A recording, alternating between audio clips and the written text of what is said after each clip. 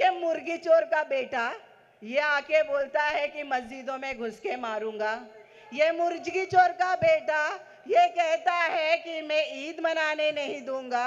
अरे भैया, मुर्गी को चुराते चुराते इतना आगे बढ़ गया है, तेरी औकात है हमारे सामने खड़े रहने की?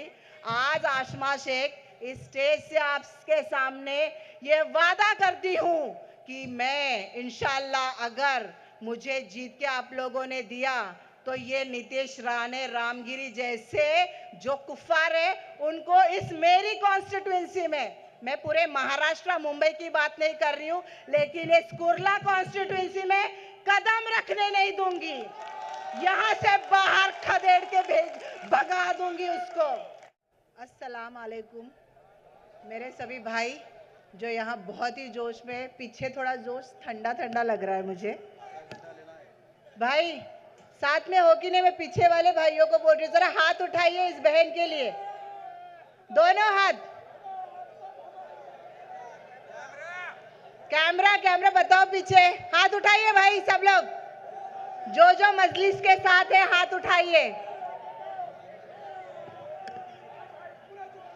यहाँ पे मौजूद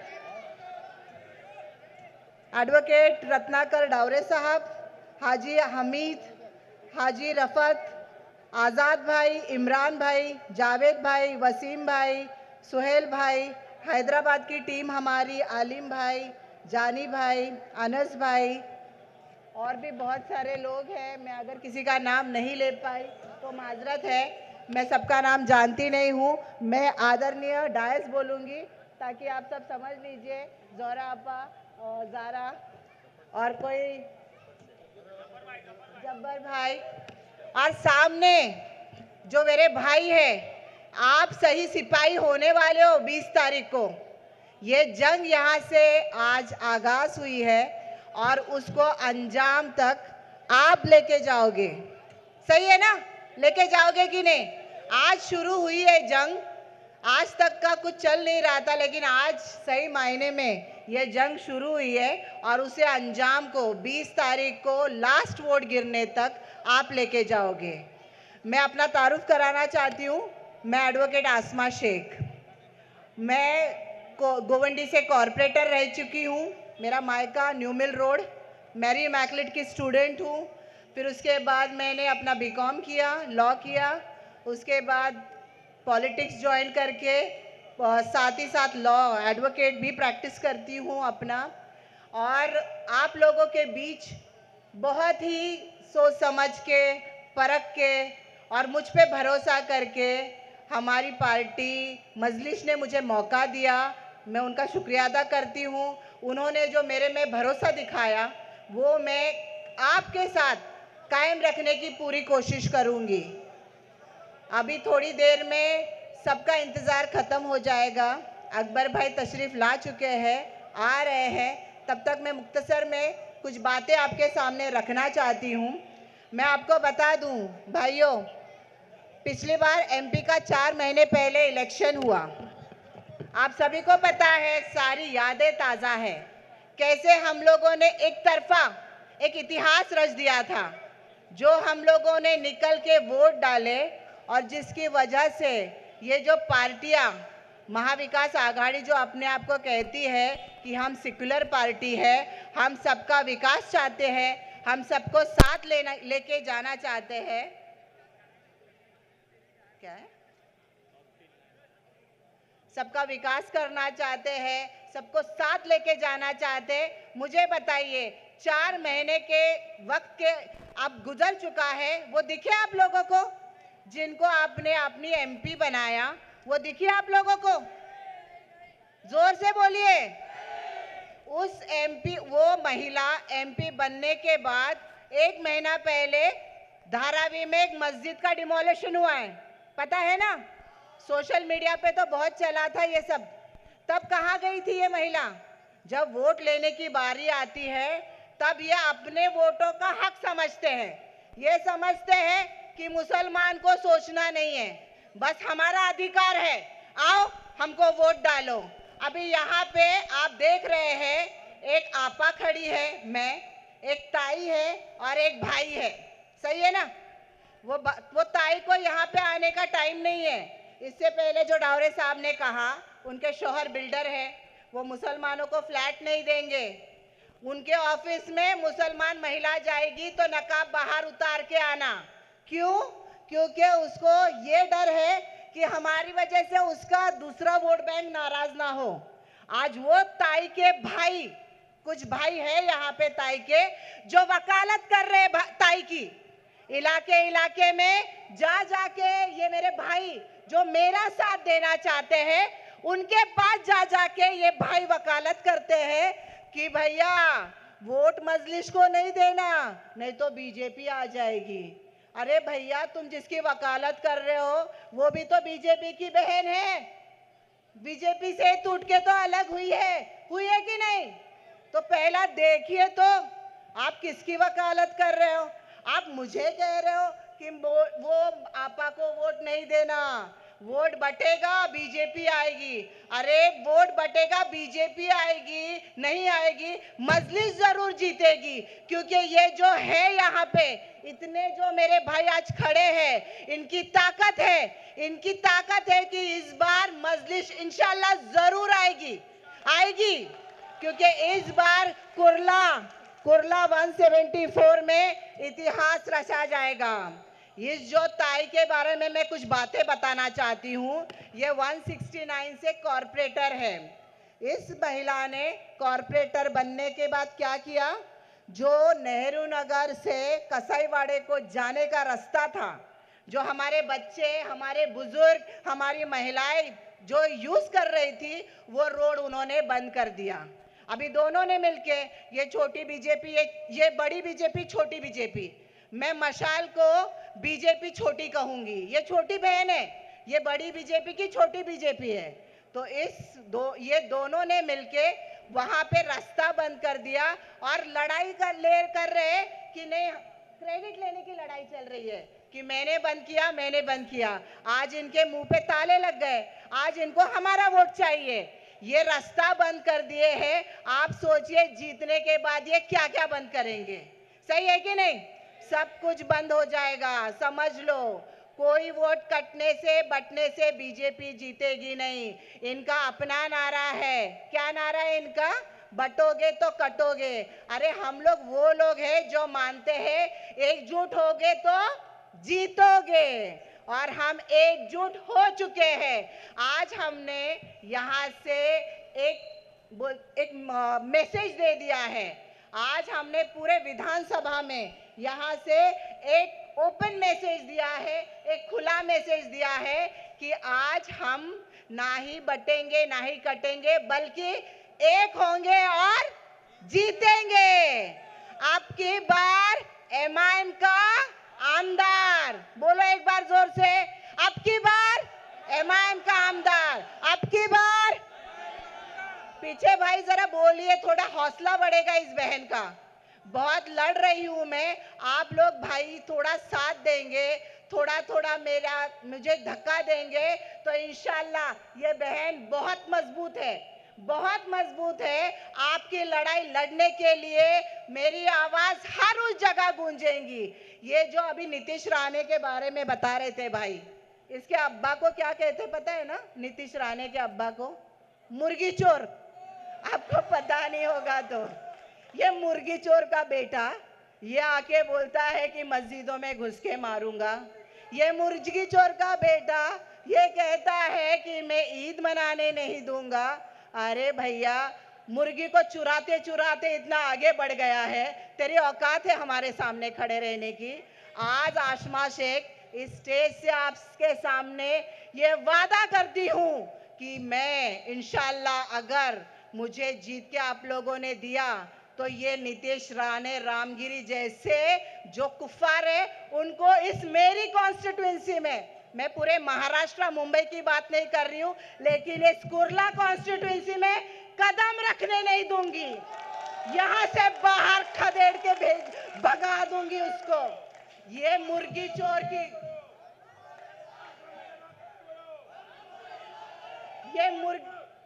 ये मुर्गी चोर की औलाद है। इनको हमने इनको इतना ऊपर बिठाया है, समझे आप लोग?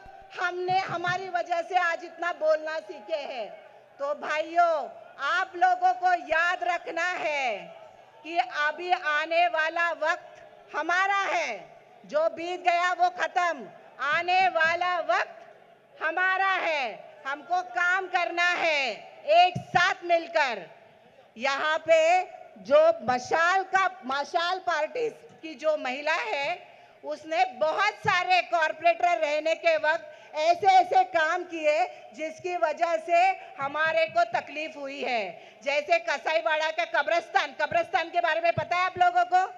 उस कब्रिस्तान को अगर एक सिर्फ फुट ओवर ब्रिज मिल जाए तो जनाजा लेके जाने में बहुत आसानी होगी, लेकिन इन्होंने वो काम नहीं किया। यहाँ पे 50-50, 40-40 माले की बिल्डिंग खड़ी है, लेकिन यहाँ पे ये कब्रिस्तान के जाने के लिए फुट ओवर ब्रिज 15 साल से नहीं बन रहा है। आप समझ सकते हो क्यों नहीं बन रहा है? क्योंकि कब्रिस्तान क्यों बन जाता है? कब्रिस्तान में किसका है? कहाँ? वहां पे कौन दफन होता है? कौन दफन होता है? जोर से बोलो, क्योंकि आज भी बहुत लोग सो रहे हैं। आज भी मेरे बहुत भाई सो रहे हैं। आज भी उनकी आंखें नहीं खुल रही है। बस उनको एक ही डर दिखाया जाता है कि यहाँ वोट डालेंगे तो वो होगा, ये होगा, ये होगा। कुछ नहीं होगा। यहाँ वोट डालो, हम ही आएंगे, सिर्फ हम आएंगे। ये वक्त है मेरे भाइयों। मैं समझ गई, मैं एक औरत, मेरा काम घर पे खाना बनाना। जब मेरे दिमाग में ये बात आ गई तो आप लोगों की नहीं आई है?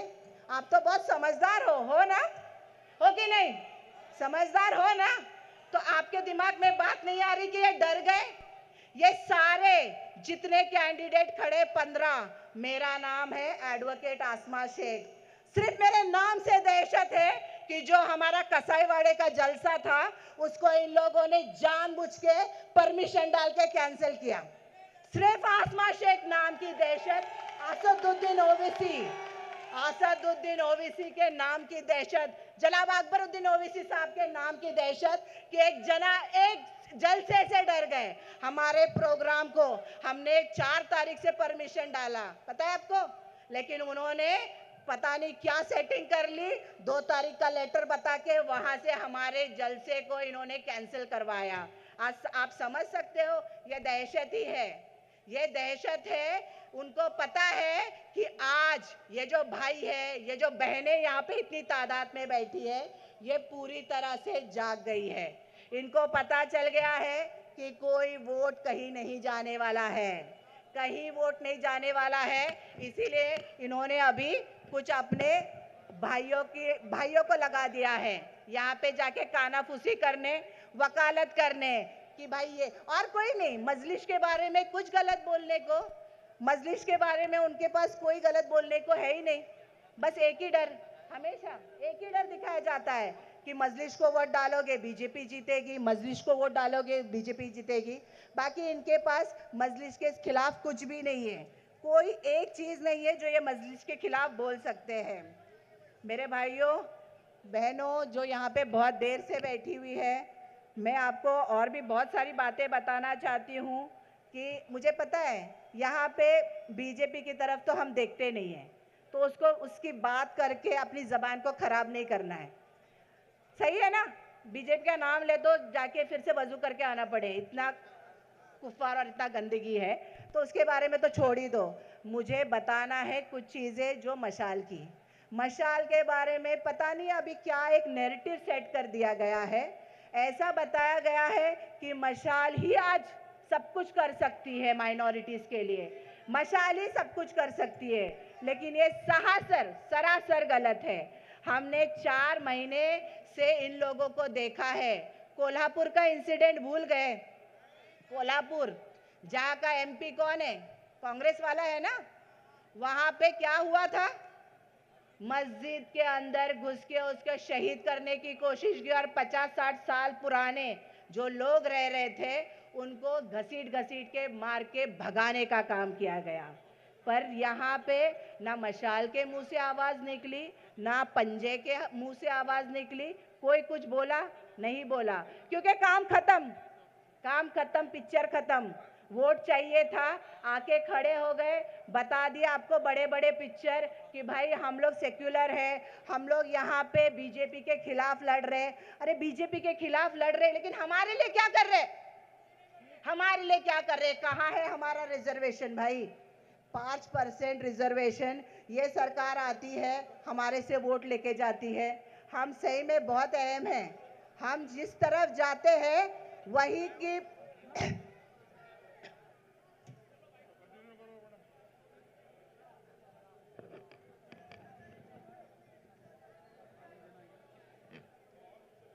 थोड़ा और इंतज़ार कर लीजिए भाइयों, आते ही है साहब, तब तक मैं अपनी तकरीर बोल दूं, क्योंकि बहुत हिम्मत लगती है एक महिला को यहाँ पे खड़े रह के कुछ बोलना, आप समझ सकते हैं। तो थोड़ा उसका हौसला बढ़ाइए, थोड़ा प्लीज़ सुनिए। मैं कैंडिडेट भी हूँ आपकी, तो आपको थोड़ा मेरे बारे में पता भी चलेगा कि मैं क्या बोल रही हूँ, मैं क्या कर सकती हूँ, क्योंकि मेरे बारे में बहुत सारी अफवाहें भी उड़ाई गई है। तो आप आज हम रूबरू है, तो जान लीजिए आपके कैंडिडेट को। मुझे नहीं लगता है कि जो 2 कैंडिडेट खड़े हैं वो आपके सामने आएंगे और इतनी बातें करेंगे। हिम्मत नहीं है ना उनको आने की। हमारे को बोलते ना, हमारे नाम में ऐसी बरकत है कि हम कहीं भी घुस जाए। हम तब भी नहीं डरे थे जब हम 313 थे, तो हम आज भी नहीं डरेंगे भाइयों। तो यही मैं बताना चाहती हूँ कि अगर बीजेपी हमारा खुला दुश्मन है तो मशाल छुपा हुआ दुश्मन है। किसी की बातों में मत आइए। बहुत बहुत ही मतलब हालात इतने बुरे हैं। ट्रेन में सफ़र करना, ट्रैवल करना, ट्रेन में एक बंदे को सफ़र करना दाढ़ी टोपी लगा के किस दर्जे पहुंचा आपको पता है? वो जो बड़े मियाँ को मारा गया, कैसा वीडियो बनाया गया, किस हद तक उनको जलील किया गया। मतलब जो देखेगा, चाहे हिंदू हो, मुसलमान हो, कोई भी धर्म का हो, जो देखेगा वो अपने आप को शर्मिंदगी महसूस करेगा कि क्यों हूं मैं इस देश में, मैं हिंदुस्तान में क्यों हूं, जब मेरे बाप के उम्र के शख्स को ऐसे पीटा जा रहा है और कुछ हिजड़े जैसे वीडियो बना रहे, एक शेर को 10 चूहे मार रहे। भाइयों, बहुत सारी चीजें हो रही है, बहुत सारी चीजें हिंदुस्तान में हो रही है। बस वोट आता है तो ये हमारे पास पहुंच जाते हैं, हमारे से डर की राजनीति करते हैं, हमको डराते हैं कि सुन लो, ये मत करना, अपनी आपा को मत जिताना, हमारी ताई को जिताना। इनकी ताई जीतेगी, फिर ये जाके अपने ऑफिस के बाहर क्या बोर्ड लगाएगी? मुस्लिम्स आर नॉट अलाउड, बुरखे वालीज are not allowed, dogs are not allowed. तो आप समझ सकते हो कि हमारी क्या औकात हो जाती है। वोट आने देने की बारी आती है ना, तो सर के ऊपर, और जैसे ही काम खत्म नीचे। सही बोले हो। तो लेकिन ये हमारी कमी है, हम इस चीज को भूल जाते हैं ना, हम इस चीज को भूल जाते हैं। हम ऐसा हो जाता है कि पता नहीं क्या कौन आके हमको घुट्टी पिला देता है। हाँ, नहीं, आपा को वोट मत दो, ताई को दो, ताई भला करेगी। अरे अपने और पराये में भेद तो देखो, आंखों पे तो भरोसा करो अपने। आपकी आंखें क्या बोल रही है, आपका दिमाग क्या बोल रहा है? भाइयों, इस बार बहुत हिम्मत करके आपके सामने मैं वहाँ गोवंडी की कॉरपोरेटर, यहाँ पे एक औरत आके आपके बीच लड़ने की कोशिश कर रही हूँ। साथ दीजिए, सपोर्ट कीजिए मेरा। ये वक्त है हम सबको इकट्ठा होना, ये वक्त है हमको अपनी ताकत दिखाना। अगर हम एक हो जाएंगे तो जिसे चाहे उसे झुकाएंगे, जिससे चाहे उससे हमारी बातें मनवाएंगे। मैं इस डाइस से वादा करती हूँ, अगर मैं जीत के आई तो पहला काम मेरे एजेंडा पे होगा, जो रेहरू नगर का रास्ता बंद हुआ है उसको खुलवाना। दूसरा काम मेरा जो रहेगा कि फुट ओवर ब्रिज, जिसकी वजह से बहुत बेअदबी होती है, जनाजे को बहुत तकलीफ होती है लेके जाने, उसको पहला प्रायोरिटी उसको बनाना। और जहाँ जहाँ ये सोसाइटियाँ बनी है हमारे दम पे, ये वोट लेके राजनीति करते हैं, फिर बिल्डर्स बन जाते हैं, उसके बाद सोसाइटी में हमारे को फ्लैट्स नहीं देते, ऐसी सोसाइटियों पर हम कानूनी कार्रवाई करेंगे। क्योंकि कॉन्स्टिट्यूशन ने अधिकार दिया है हमको कि हम जहां चाहे रह सकते हैं। अगर हमारे पास उस सोसाइटी में फ्लैट खरीदने का पैसा है तो हमको वो अधिकार वो छीन नहीं सकते। हम कॉन्स्टिट्यूशन को मानने वाले लोग हैं, हम एक साथ रह के मिल के रहने को मानने वाले लोग हैं। हम सभी धर्मों का रिस्पेक्ट करना, हमारे को बताया गया है कि हमको सभी धर्मों का रिस्पेक्ट करना है, लेकिन सारी चीजें, सारा सब्र हमारे को ही क्यों, हम ही क्यों हर बार सब्र करना। हमारे नकाब तक इनके हाथ पहुंचते हैं, कहा जाता है सब्र कर लो। मस्जिदें शहीद होती है, कहा जाता है सब्र कर लो। हमारे बुजुर्गों को चलती ट्रेन में मारा जाता है, कहा जाता है सब्र कर लो। मेरे भाई जुनेद को उसने क्या था वो, रमजान में तरावी की नमाज पढ़ाई, वो लड़का 19 साल का, भूल गए 4 साल पहले का इंसिडेंट, 5 साल पहले दिल्ली का वो बच्चा महीना भर तरावी की नमाज पढ़ाया, पैसे इकट्ठा करके दिल्ली गया था शॉपिंग करने, ईद की शॉपिंग करके ट्रेन से बच्चा घर आ रहा था। आप समझ सकते हो क्या उसके साथ, सीट पे बैठने पे उसको मारा गया, जिसे कहा गया मॉब लिंचिंग।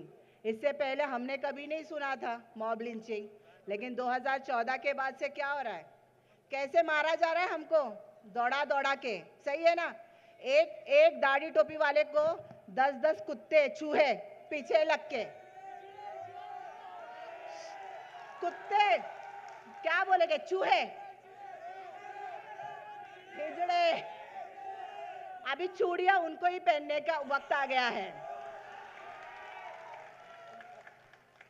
इंशाल्लाह ये बहन ही अपनी चूड़ियां उनको पहनाएंगी। बस 5 साल का वक्त दो, बस 5 साल का वक्त दो, इंशाल्लाह ये बहन अपनी चूड़ियां उनको पहनाएगी, देख लेना।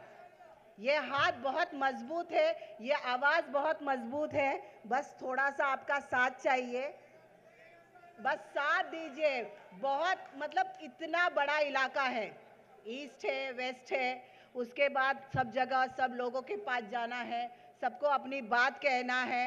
कोई कहता है वोट काटने को खड़ी है, मुझे देख के मेरे शक्ल में कोई फरेब दिख रहा है आपको, लग रहा है आपको मेरी शक्ल में कोई फरेब कि मैं वोट काटने के लिए खड़ी हूँ? अरे भाई, मैं अपने लोगों के लिए खड़ी हूँ। मैंने देखा है इनकी सोसाइटी और अपनी बस्तियों का फर्क, मैंने देखा है इनकी सोसाइटियाँ ऊंची होती जा रही है और हमारी बस्तियाँ बद से बदतर होती जा रही है। मैंने ये फर्क देखा, मैंने सोचा कि क्यों ना अपने लोगों के विकास के लिए कुछ किया जाए, इनकी सोसाइटी की टक्कर में हमारी बस्ती बसाई जाए। इसीलिए मैं आपके बीच आई हूँ भाइयों, मुझे वोट दीजिए।